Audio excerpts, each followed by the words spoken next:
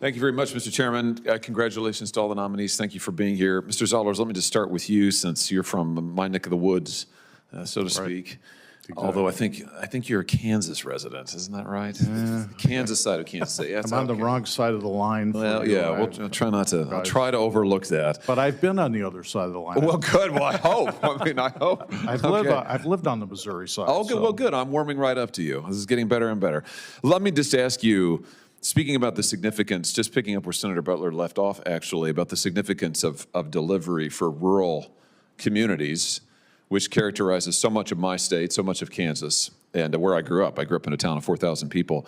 Yesterday, the Missouri Farm Bureau, which is my state's largest general farm organization, wrote to the Postmaster General regarding the latest plans that the Postal Service has that they're calling the Regional Transportation Optimization Plan. And as the Farm Bureau, Missouri Farm Bureau points out, what this plan amounts to is to eliminate end-of-day collection at post offices that are more than 50 miles from one of the nation's 60 regional processing and distribution centers, and to take other actions that would reduce the mail flow to rural America. I think we have a poster. Let's just look here. So that means everywhere in blue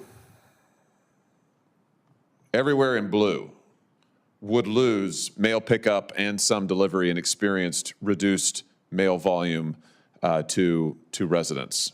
That's a lot of the country. That's most of my state. That's most of your state, Mr. Zollers.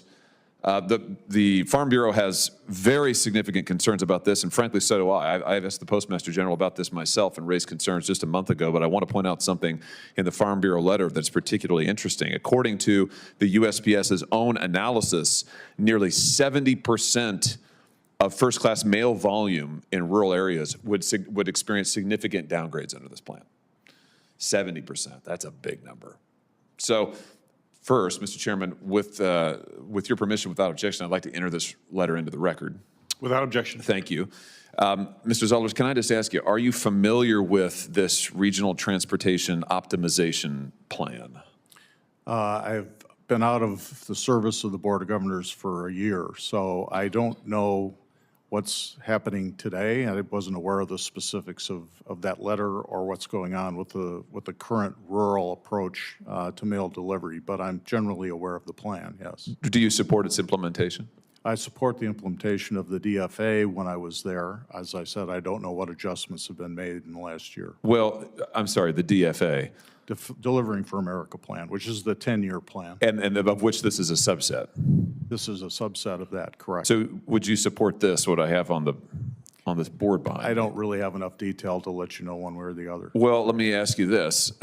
Would you commit to, if you are reappointed, would you commit to using your position here, your very significant position of influence and oversight, to reconsider this proposal and make sure that rural Americans in my state, your state, every state, are getting full and regular delivery of the mail? As a member of the flyover country community, absolutely. Let me just ask the other nominees this. Mr. Hartogenesis, are you familiar with this plan, the Regional Optimization Plan? Not in detail enough to, as this map is. Do you support its implementation? Well, I from what I understand of the plan, there are good reasons for the plan in terms of the long-term modernization of the Postal Service. I do think it's important to take into account these types of concerns. There are 350 million constituents for the post office, and if rural communities are really being impacted negatively, I think the USPS needs to learn from that and account for that as part of its mission, and make sure that service is not sacrificed. So that sounds like a little bit of a yes and a little bit of a no. On the Regional Transportation Optimization Plan itself, do you support its implementation based on what you know? Based on what I know, I support the plan in terms of modernization of the USPS.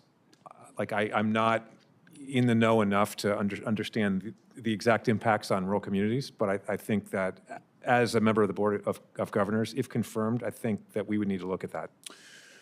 Okay. It sounds like what I'm going to need to do is I'm going to need to follow up in writing with both of you. Maybe I'll give you an opportunity to look at the details, and because I'm really concerned about this. I'm really concerned about this. And let's be honest with you, if we can't get some fidelity on this, and if I can't get your commitment that we're going to make sure that people in blue here don't lose 70% of their mail volume or have 70% of that volume downgraded, I'm going to have a really hard time advancing your nominations. Congresswoman, can I just ask you, are you familiar with this plan? Do you support it? Senator Hawley, I am not familiar with that plan, but if confirmed, I certainly want to gather all of the information and all of the data that would justify implementation of this plan, because it appears to me, just based on what you have shared with us, that is in conflict with the universal service obligation. Indeed. And I do see Florida on your map as well, right? Some significant areas in Florida, which the overwhelming majority of the state really is rural. And so I will definitely do my research to make sure that what we are supporting continues to meet the mission of the post office. And I think you've heard my concern for rural areas in our country. Good. I appreciate that. I will follow up with all three of you. I'll let you all look at this plan and do some homework on it, and then we'll follow up in writing for the record. In my remaining time here, I know Senator Ossoff wants to ask questions. And I think maybe, Mr. Chairman, we could do a second round after. I want to let Senator Ossoff go, but just. Well, if Senator Ossoff, a couple extra minutes, if you could do that, that would be fine. Oh. We won't have time for another round, so. Okay, that's fine. Okay. I'll have a soft gavel with Senator Ossoff's acquiescence. Okay. Let me ask the three of you about, just following up again on something Senator Butler talked about. That is the delay in rebuilding post offices. In Bering, Missouri, this is Knox County.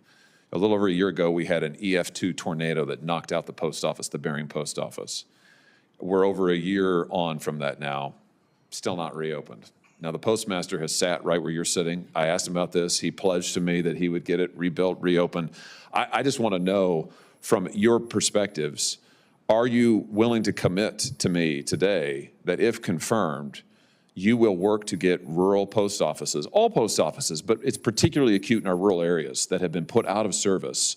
Will you commit to me to working to get those reopened on a timely basis? You think about this community. This is a small community. They have been without mail, essentially. They got to go drive somewhere far. They've been without mail for over a year. A year.